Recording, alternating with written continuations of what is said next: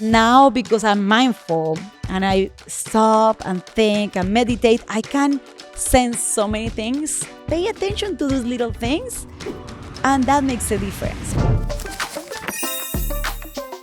So do you love to read? I love to read. I don't have much time though. I wish I had more time to read more things. That's why I read things that I feel that are useful, because I don't have time to read. Yeah. So I wish I had a lot of time so I can read like novels and like a lot of books, but then I don't have time. So that's why I read things that I feel that are helpful for me, like that I can apply in my regular life, and not just fantasies or things. Right. So you like more like self-help books? Yes. Yes. So not having a lot of time, do you use more Audible or the actual book? I do both, but like I wish I could have more time for any of the two. But it's like between work and driving kids around town, like I try to put my books, but they're like, Mom, it's too boring. Let's put hip hop. Let's do reggaeton, mom. So it's like, so I don't have, so I normally listen to books when I run. Running and listening at the same. Wow, that's multitasking at its finest. It is, but it's kind of cool because it's like I feel like I'm nurturing my body and the mind at the same time. It's kind of cool. What's Mujeres Balance? Mujer Balance is a blog. Oh, it's a blog. It's a blog, yes, because when I had my second baby, it was like the first one with one kid, you're okay. I can manage work and family. When you have two, you're like, how can I do this? It's really hard. So I decided to do a blog with tips for women that were like me, that they want to look good and feel nice, but also be a mom. And like, because I feel that you cannot do one thing or the other. You have to do everything if you want to be happy. What's like the number one tip you would give for women balancing work life and family? To focus on themselves first, to make sure that they're good, that they're healthy, that they're grounded, and then they can give everything to everyone else, because we as women, we just give so much to everyone, but then we deplete ourselves and then you don't have anything to give. Of course. And within that, like loving yourself, I would say, what made you choose this book? I chose this book because I don't have much time to read. But I want to live longer and healthier. I want to be like an 80-year-old snowboarding like I do now. Yes. Dancing and having fun and enjoying my kids and my grandkids. So I really want to live longer, but in a good way. So I decided to find a book with science that can help me do that. So this book is really cool because it tells you in a practical way, but in a scientific way, how to live longer but healthier, because I don't want to live longer and being sick or being like inactive. I have so much energy and I love it, and I want this energy to last for a long time. And so I think it's, a good book to follow that. How do you feel like that energy can last for a long time? Until you are really old, if you really take care of yourself, if you take care of your body, your soul, your mind, your relationships, if you really nurture every aspect of your life, you can live longer and healthier and enjoy life, because I think we came to this world to be happy. Yeah, for sure. And it's funny because I feel like it can be overwhelming. What part of health and longevity would you say you focus on the most? He talks a lot about exercise. He says that exercise is the best drug out there that everyone can do. And I really believe on that. I've been like working out all my life and doing sports and doing so many things. And I really feel really good when I exercise. For some people, it's a pain and it's really hard, and they do it because they know it's good for them. For me, it's a joy. So I love when I read in the book that exercise is the best drug, because I enjoy doing that. So It's good that you have something that is good for you and you enjoy as well. He says that like if you exercise in a way, it's not just any exercise. It has like different methods and intensity, and there is a science behind that. But he says if you exercise, then you can live longer, because then you have the muscles, your bones are protected, you have the stability, and then it's like you can live longer and rock and roll. I see that you do a lot of TV hosting. Yes. How is that for you? I love it. It's super fun. I think it's great because I love like to be spontaneous, and like live TV is the best for me. I enjoy it a lot, and it's great that you can do what you love. And I studied journalism and broadcasting in Boston, and I started doing like TV back home in Colombia in a channel called RCN, and I've been working in different TV stations, and I really enjoy that. Yeah. What school did you go to in Boston? I started in Emerson, and then I graduated from Suffolk. And you always knew you wanted to do like journalism? I and always wanted to do broadcasting? that, but I had really good grades growing up. So my parents suggest that I did a law school. In Colombia, you can go to law school when you finish high school. It's different than here. What? So I went to law school. I went to law school in Colombia, in Bogota, and yeah, a lot of people don't know that about me. But then one day, I was presenting something on TV, and the producer is like, I like how you look on camera. I like how you respond. Why don't you come for this casting? So I'm like, I went, and they gave me a job. So I love it so much, and it was so much fun that I decided, like, I study, I did all the things, but then I never worked as a lawyer in my life. So Wow, that's so cool. That's such a fun fact about you. yes, it was really hard for me because, of course, like in Spanish, I can't do anything. And English was hard for me because I had to think about it and all of that. But it's really fun when you have challenges, and that's the only way that you grow in life, when you Yeah. have challenges. And because if you are so perfect, then you don't grow. That's it. Facts, So, but when facts.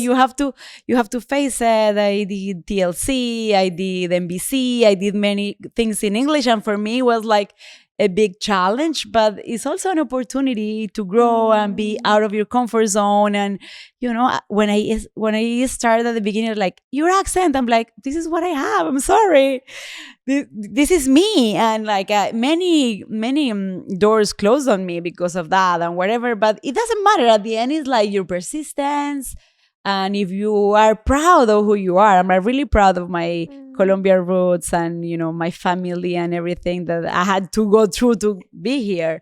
So Of for me, course. is my accent is just a reminder that I'm not from here, but I came and I overcome a lot of obstacles and things, and it's an opportunity. Always, like, the difficulties in life are opportunities if you take them that way. Definitely. And I like what you said, like owning it. Look at Sofia Vergara. Yes.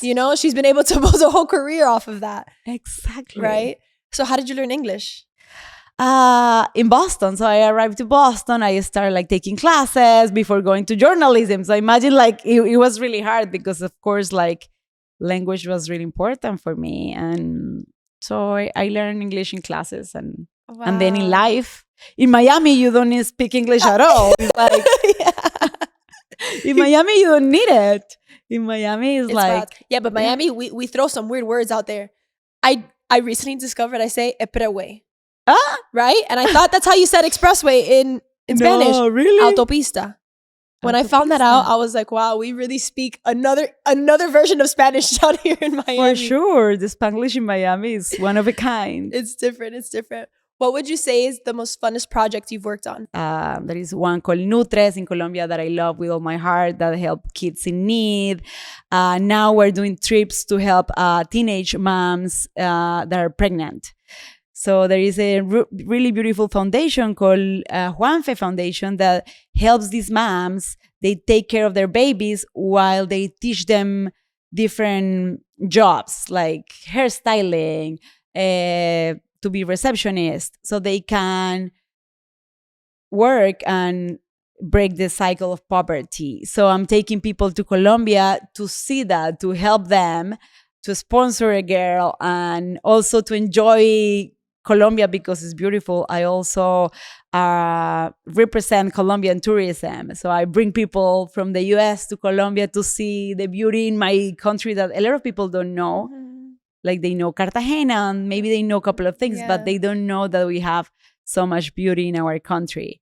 How do you create a healthy mindset for yourself? I'm really lucky because I'm positive. It's just my brain is like that. I have a psychologist friend and she's like, you are so lucky. Your brain is weird. Like, it's just like that. I'm like, okay, thank God. But sometimes my brain is not working that happy. Sometimes, of course, everyone has problems. So I meditate every morning. So that's something that I do. And it really helps me. And sometimes it's just 2 minutes. But 2 minutes of just put a song with a mantra and then close your eyes and try to empty your thoughts. And so that helps me a lot, the meditation. Then a gratitude journal. I write in the mornings Yes. what I'm grateful for, but like do it in a meaningful way. So for example, it's like, I'm grateful for the sunrise, but why? I'm grateful because the sun is here. I live in Miami, in this beautiful place. I can see it in my window. Like things that you can really apply to your life, not that general, but things that's like, I'm grateful for coffee. Why? Because I love how it tastes, because I grew up in the coffee land, because it wakes me up. Like things that, like being grateful in a meaningful way that you really feel it. You think about it, you feel it, and that makes a difference. Then I surround myself with good people. I have maybe a lot of followers, a lot of friends, but like close people, few. If I don't feel that they're good for my energy, then I, take them out. Like those complainers, those people that are really hard, I give them my love, but if I feel that they're consuming my energy, they're like energy vampires, I back up. I'm like, okay, bye-bye. No, yes. So I'm really mindful of those things. And maybe when I was younger, I didn't have that ability to really understand what is good for me and what is not. But now, because I'm mindful and I stop and think and meditate, I can sense so many things. So when you go and have a conversation with somebody and you don't like that person, you start to feel like something is wrong. My stomach is like telling me something. Pay attention to those little things, and that makes a difference, because we all have the same intuition, but the thing is, like, when you are not using it, is because you are so busy and like running in automatic pilot and you don't feel it. But if you really pay attention to how you feel, or sometimes you feel something and it's not about that person, it's about something that happened to you in your childhood that reminds you of your mom or your uncle or somebody that wasn't nice to you. But then if you think about it, then you can understand, okay, maybe I feel this way because of this, or I feel any feeling that you have, good and bad. It's good to think about it, because then you know if it serves you or not. What event occurred in your life that went you from not having a mindful mindset to having a mindful mindset? Okay, what I can tell you. For example, like when I had the accident with my knee, that I was like in a horse doing a handstand in a horse and I fall. And I was like this super busy person, like doing a TV show, a remodeling TV show, plus having 2 kids and doing everything and not sleeping and na.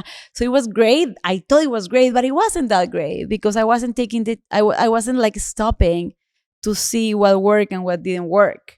So when I had that, I had to stop. I didn't have a chance. I had to go to surgery. I had to stop, slow down. I couldn't record the show for 2 months until like I could walk again in crutches. So I started doing yoga, Pilates, other things, thinking about it, doing a lot of journaling, reading. So sometimes in life, those things that you think are horrible for you, they're the best things for you.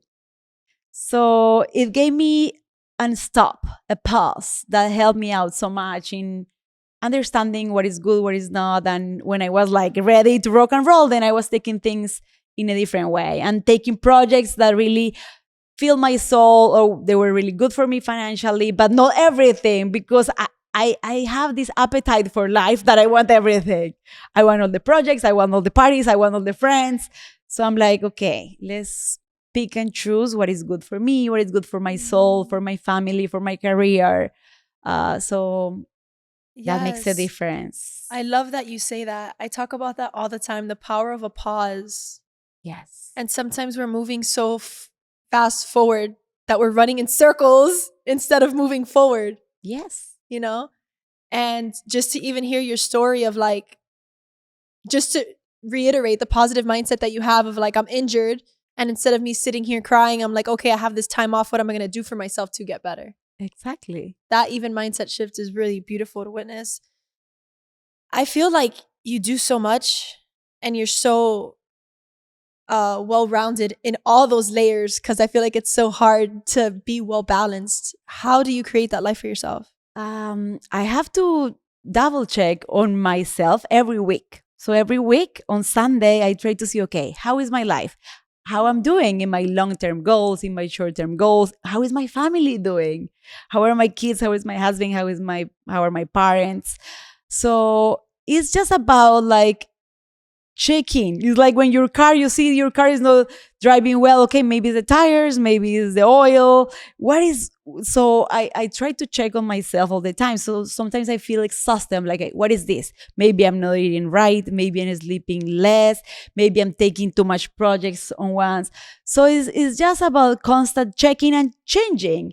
We don't have to be the same person all our lives. We can change, and nobody have to judge that, because it's just about you. Your life is yours. And even though, your parents gave your life, you gave like life to your kids, is about you. You are the only one that is responsible to be happy, to be healthy, to have joy. So if you don't take responsibility for yourself, nobody's gonna do it. So that's how I do it. I check on myself and I adjust things. I'm like, okay, maybe this friend is not good for me anymore, because it's, Yes. like Yes. it's not good for me. I don't like the company. Okay, let's, like, don't be rude, but just don't do more plans with that person.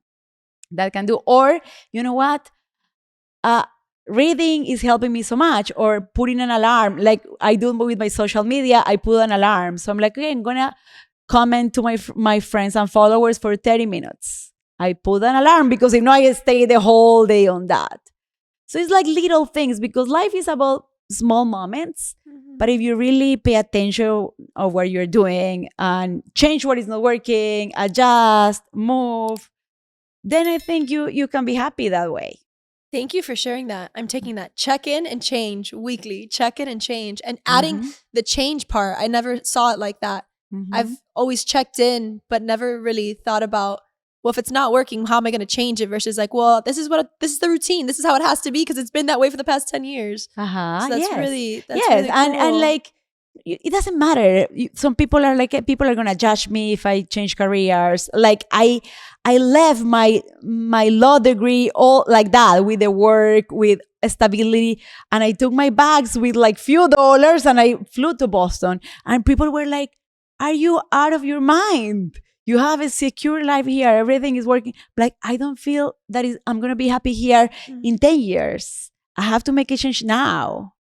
When the roof is perfect, I have to go before it has holes on it. And it's like, I Yeah. have to go.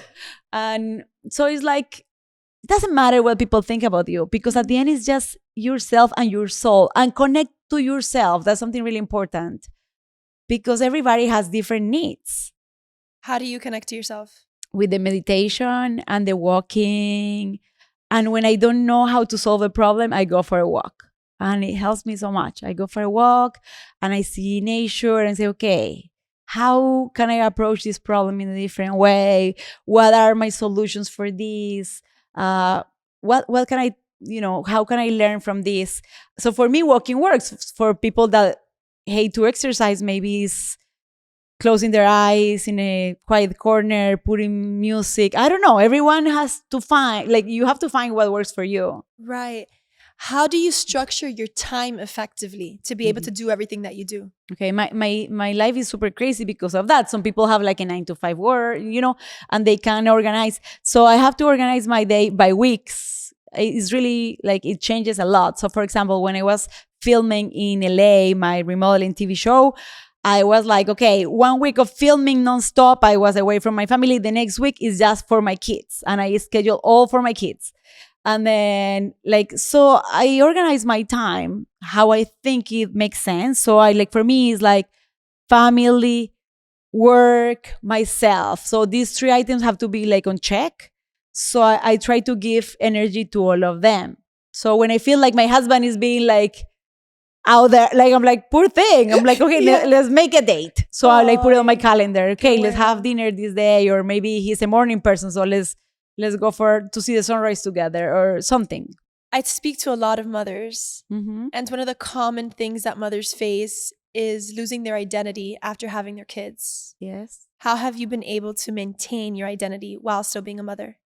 Okay, so for me, my kids are my biggest joy. And it's so hard. It's like so hard to be a mom. Like, if somebody tells you that it's not hard, it's because, they are not moms, I think. It's really hard because when they're little, is really hard on your body and the time, and you're exhausted and you want to sleep. And then when they grow, like my kids are 11, already 13, emotionally is really hard because you don't know how to, guide them in the best way and to tell them things that they don't understand, but it's really hard. So for not losing your identity is like always do things for yourself. So I never feel like the guilt when I was going on a trip. I didn't feel the guilt trip. A lot of moms Really? do. A lot of No, moms do, yeah. I know, but I organize myself so I don't do it. So okay, before I go to a trip, let's make sure that I do Play-Doh with you that you love to do this. And after I come, let's go for a fishing trip that you love and we do 6 hours fishing. That's what you enjoy.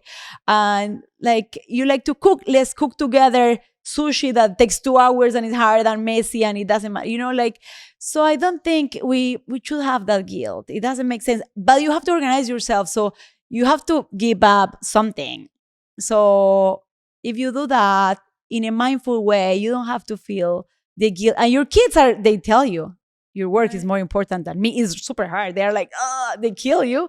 But then when they see you and if you show them what you do, your job, your work, so many people are you helping, that changes. So I remember one day I was remodeling houses in the TV show and my kids were like crying, don't go, please don't go. I'm like, okay, why don't you come with me? So I took them with me and they were with the producers and they were like, Mom, you're amazing. It's so cool what you do. And they love that. And since that day, they're like, okay, I understand what you're doing. So it takes some time for them to understand. But if they see purpose on that. And bringing them into your world. Exactly. And they feel proud of you. Now they're like older. They're like, I'm so happy you did that. Yeah. What's been the greatest lesson your kids have taught you? Oh my God. They're horrible. They tell you every day that you're not enough. It's really bad. Yeah. They they keep you grounded on check. No, they always tell me that, Mom, you are like the Zen mom, the meditation, you are screaming. I'm like, yes, I'm screaming. I didn't realize that my voice is louder. They tell you all the time where you're not good in some things. And they're like, okay, you tell me no electronics, but I see you too much on your social media. I'm like, okay, reality check. They tell you, they see you so much, they see you perfectly. And if you lead by example, that you can tell them whatever, but what you do is what they follow.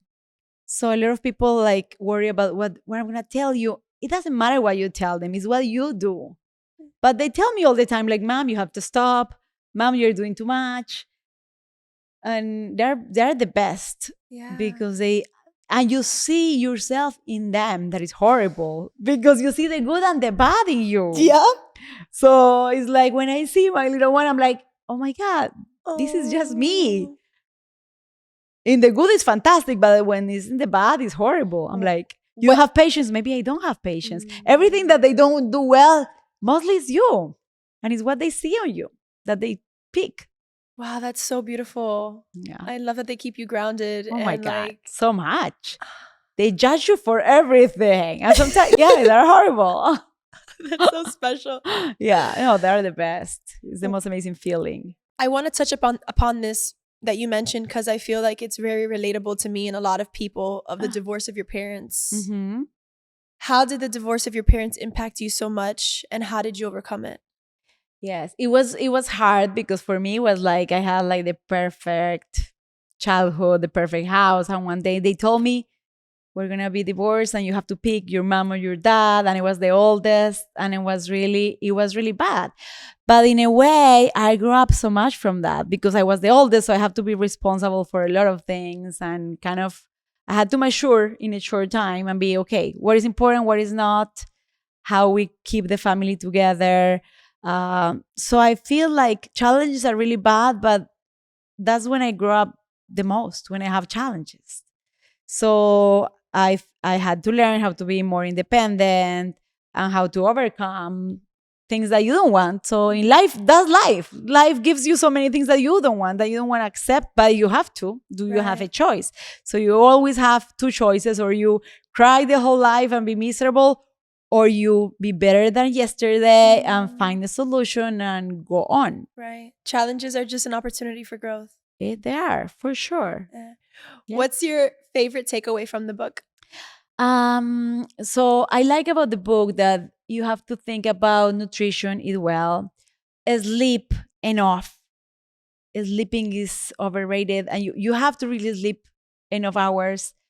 We want the hustle, but we have to sleep. It's so important to recover and to be better.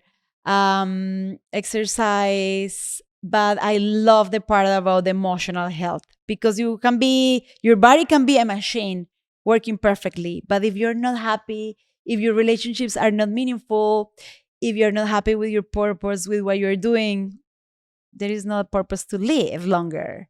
So I think everybody should, of course, live longer, be healthy, but think about what makes you happy, what is important about yourself that is different. It makes a difference in the world. That is not the book, but that's something that I think. I think that every one of us have a gift, some qualities, some talents that you are better doing that than other people, and you have to discover that. Discover what makes you happy. How are you, like, in things that you're good, and go for it. Oh, wow, Andrea, thank you so much for being here. I know you've given me a lot of insight. I'm going home with all these little nuggets. So, yes, thank you so Fantastic. much for that. Yes, like, don't judge yourself, because some people Yes. judge yourself. Like, they're like, no, I'm not being a good mom, or I'm not being good at work.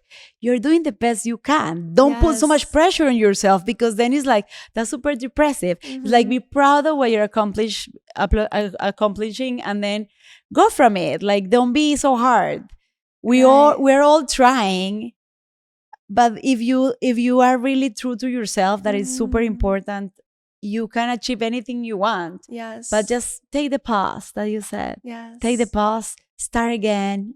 You can start every sunrise again and try again. Life is super short. I interview so many people, and like all people, they always tell you life wasn't long enough.